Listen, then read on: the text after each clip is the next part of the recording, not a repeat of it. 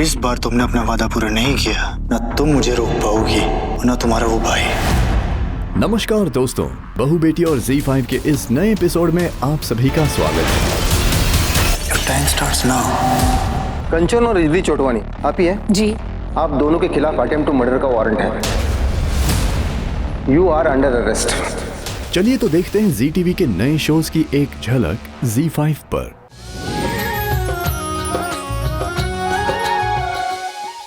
बस इतना सा ख्वाब में अवनी और शिखर के जीवन में धीरे धीरे दबे पांव कुछ खुशियों के पल शिरकत करते नजर आते हैं। बुकिंग हो गई?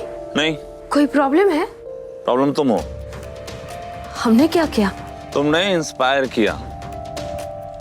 तुम्हारी इच्छा थी ना कि हम वो पारिजात के पेड़ वाला प्लॉट नंबर 44 ले लें, हमने बुक कर दिया। शिखर के गुड न्यूज से अवनी के खुशियों का कोई ठिकाना नहीं रहता। सच? Plot number 44? हाँ, थोड़ा महंगा था, लेकिन शिखर त्रिवेदी अपनी बीवी की खुशी के आगे महंगा सस्ता नहीं देखता। आप नहीं जानते हम कितना खुश हैं। ऐसा लग रहा है जैसे हमें सब कुछ मिल गया। अब आप जल्दी से आइए और मम्मी जी पापा जी को ये खुशखबरी खुद सुनाइए। हाँ, हम ही सुनाएंगे।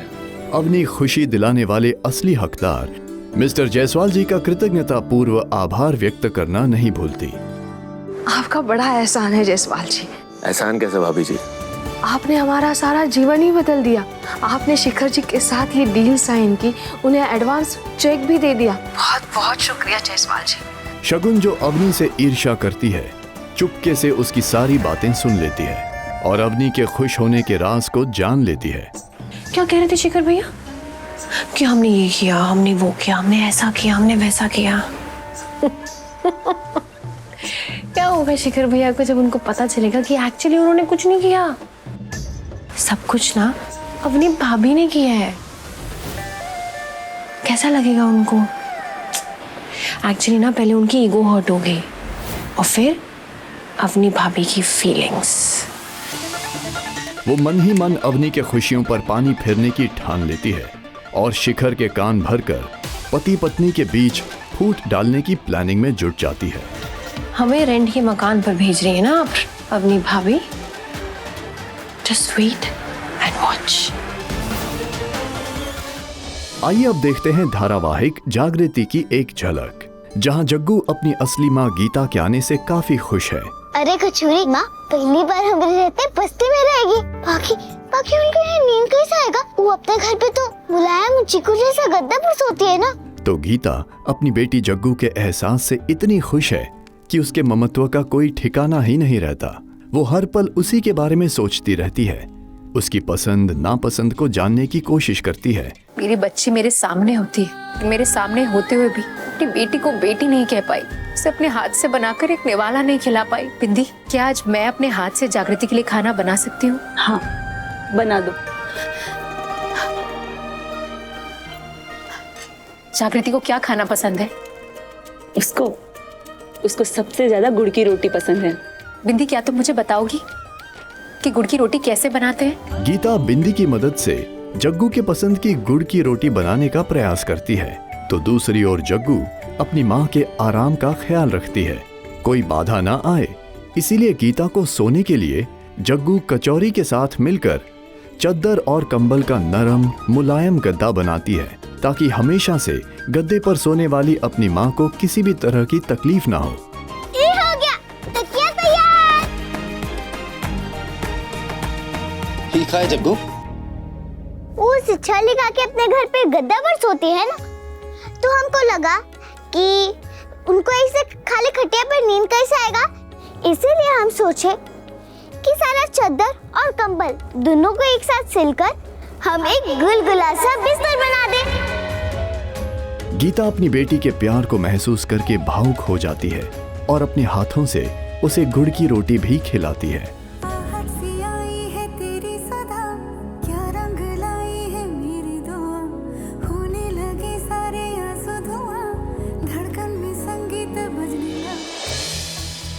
जाने अनजाने हम मिले में शादी के बाद भी राघव और रीत के बीच का तनाव कम होते दिखाई नहीं दे रहा। जो मैंने उन्नति के आराम के लिए सामान भिजवाया था, वो उससे छीन के कौन से वादे करके आई है तुम? यही कि आज रात 10 बजे तक मैं उन्नति के कमरे में एसी लगवा दूंगी। दोनों अपने अपने अहम को बनाए रखने के लिए हर वो कोशिश करते हैं जिससे दूसरा उसकी शरण में आ जाए। और वो कैसे करोगे तुम? जॉब तो तुम्हें वापस मिली नहीं ना। एक मिनट, कहीं तुम अपने नाम से एसी लगवाने के लिए मुझसे तो पैसे नहीं मांगने वाले? जी नहीं, आप चिंता मत कीजिए। मैं अपने मायके की प्रॉब्लम सॉल्व करने की जिम्मेदारी अपने पति को नहीं दूंगी। ओह, मुझे लगा तुम अपने मायके में अपनी शान को कायम रखने के लिए बड़ी बेशर्मी से मुझसे पैसे मांग लेते। पैसे? और आपसे? बिल्कुल नहीं। आपकी मेहरबानी का अंजाम देख चुकी हूं मैं। आज एक रिश्ता उम्मीद पे शुरू हुआ था, पर हमेशा की तरह खत्म अफसोस पे ही हुआ है। राघव रीत के अहम को ठेस पहुंचाता है। रीत को अपने खुद के पैसों से उसकी बहन की जरूरतों को पूरा करने का अल्टीमेटम देता है। एसी कैसे लगवाओगे तुम?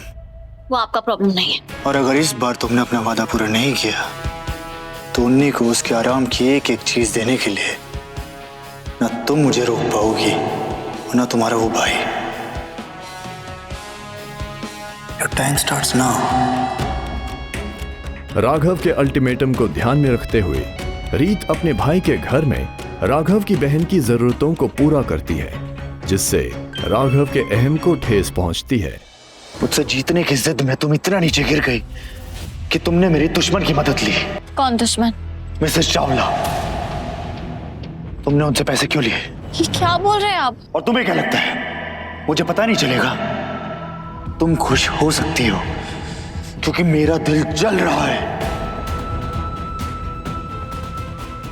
एक मिनट, आपको कोई गलतफहमी हुई। मिसेस चावला और एसी का कोई कनेक्शन नहीं। कनेक्शन है, बहुत गहरा कनेक्शन है। इसलिए मेरे मना करने के बावजूद तुम बार बार उनसे मिल रही हो, मेरी जिंदगी में शामिल करना चाहती हो। क्यों? आप क्या कह रहे हैं? मुझे सच में समझ नहीं आ रहा है। ज्यादा अनजान बनने की जरूरत नहीं है। पहले तुमने उन्हें हमारी शादी में इनवाइट किया और अब जो उन्हीं के रूम में एसी लगाया उसके पैसे तुमने उनसे लिए। आपको सच में लगता है मैंने मिसेस चावला से पैसे लिए? हाँ, तुम्हारी मेरे सामने गर्दन ना झुके इसलिए तुमने चंद रुपयों के लिए मेरी इज्जत उछाल दी। बस कीजिए, अपने गुस्से के आगे आपको कभी नहीं दिखेगा कि मिसेस चावला मेरे लिए क्या है। और मुझे समझ नहीं आ रहा कि आप उनसे इतनी नफरत क्यों करते हैं। आखिर क्या प्रॉब्लम है आपको उनसे? कुछ पुराने घाव हैं जो नासुर बनकर राघव के मन को बार बार कुरेदने का काम करते हैं। रुक जाओ माँ, मुझे छोड़ के मत जाओ। आपको जो सोचना है सोचिए, पर मैंने 1 रुपया नहीं लिया मिसेस चावला से। झूठ, बिल्कुल झूठ। और ना इतने पैसे तुम्हारे पास कहाँ से आए? मैं कुछ भी कहूं, आपको विश्वास नहीं होगा मेरी बातों पे। तो एक काम करते हैं, आप खुद ही मिसेस चावला से पूछ लीजिए कि मैंने उनसे पैसे लिए हैं या नहीं। रीत राघव की गलतफहमी दूर करने के लिए मिसेस चावला को फोन लगाती है। Hello hello. Raghav Mrs Chawla से इतनी नफरत करता है कि उनकी आवाज सुनकर आवेश में रीत के हाथ से फोन छीनकर फेंक देता है।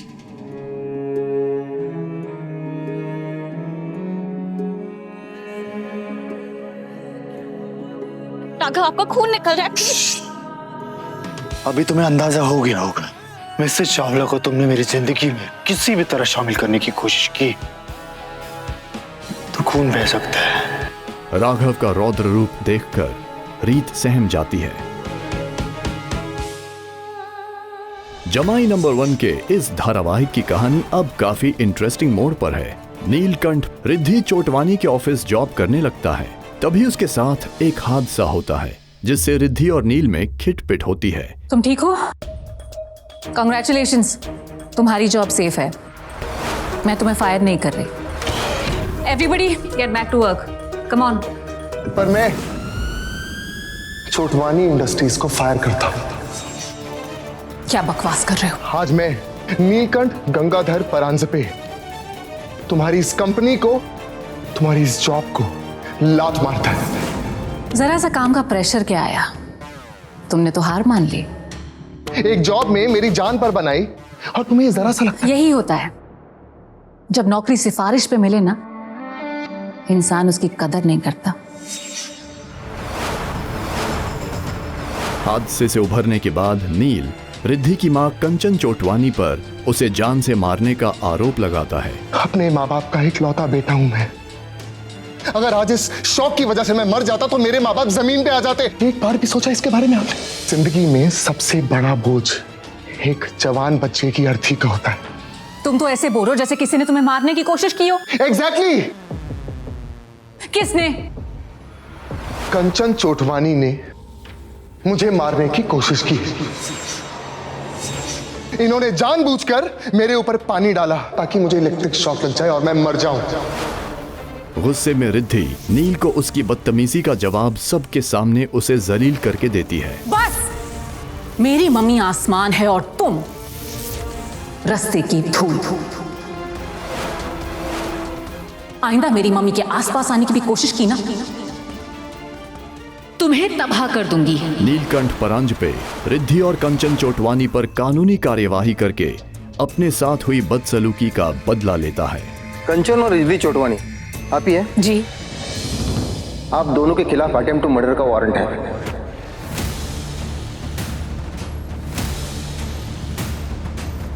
You are under arrest. Attempt to murder? किसका? नीलकंठ गंगाधर परांजपे का। आइए अब देखते हैं धारावाहिक वसुधा की एक झलक, जहां चंद्रिका सिंह चौहान अपने संकल्प कार्य के दौरान हादसे का शिकार होती है, जहां एक सांप चंद्रिका को डस लेता है। तब वसुधा अपनी सूझबूझ से अपने देवी हुकुम को बचाने के लिए अपने मुंह से सांप का जहर निकालती है और वो खुद हॉस्पिटलाइज हो जाती है। तभी चंद्रिका वसुधा को बचाने के लिए अपना खून देती है। ब्लड ट्रांसफ्यूजन का प्रोसेस शुरू कर दिया है, लेकिन प्रोसेस शुरू करने में थोड़ी देर होगी, इसलिए अभी कुछ भी कह पाना बहुत मुश्किल है। हमें पेशेंट को कल मॉर्निंग तक अंडर ऑब्जर्वेशन रखना होगा। जितनी जल्दी पेशेंट को होश आएगा उतनी ही जल्दी वो खतरे से बाहर होंगे। चंद्रिका सिंह चौहान वसुधा की जान बचाने के लिए पूजा पाठ और दान पुण्य का ऐलान करती है। वसुधा की रगों में चंद्रिका सिंह चौहान का खून दौड़ रहा है। डॉक्टर्स अपना काम करें, हम अपना काम करेंगे। वसुधा ने हमारे सारे दर्द अपने सिर लेकर हमें नया जीवन दान दिया है। अब चाहे हमें ईश्वर से खुद ही क्यों न लड़ना पड़े, हम वसुधा को कुछ नहीं होने देंगे। कल सुबह होते ही हम वसुधा के नाम का जल अभिषेक शुरू करेंगे और हमारे साथ पूरा चौहान परिवार वसुधा के नाम का दान पुण्य करेगा। अब वसुधा का ठीक होना हमारी जिम्मेदारी भी है और हमारी जिद भी। सारिका और करिश्मा बौखला जाते हैं। सारिका करिश्मा की खबर लेते हुए उसे आने वाली विपदा से सतर्क रहने की सलाह भी देती है। आज अगर वसु बच गई तो पूरी जिंदगी भाभीसा ने बचाने का ताज पहने घूमेगी। चौहान हाउस के मर्द तो पहले से उसके भक्त थे ही, पर अब भाभीसा भी उसकी मुरीद बन चुकी है। तुम अगर बहू बनकर भी चौहान हाउस आ गई ना करिश्मा, फिर भी रानी ना बन पाओगी। मतलब यो कि यो वसु बनेगी अगली चंद्रिका और तुम उसकी सारिका। मैं चली आराम करने, टाटा बाय बाय। चाहे कोई कुछ भी कर ले, मैं उस वसुधा को इस धरती पे रहने नहीं दूंगी। करिश्मा वसुधा को अपने रास्ते से हटाने के लिए अगली जानलेवा चाल चलती है। अगर गलती से भी तुम बच गई ना तो मैं तुम्हें हर दिन हर मिनट मारती रहूंगी। चलिए दोस्तों, अब आपसे विदा लेते हैं। तब तक आप इन सारे शोज के फुल एपिसोड्स देखिए ZEE5 पर, वो भी बिल्कुल फ्री, एकदम मुफ्त। क्योंकि ZEE5 टीवी है आपका अपना टीवी, तो देखते रहिए ZEE5।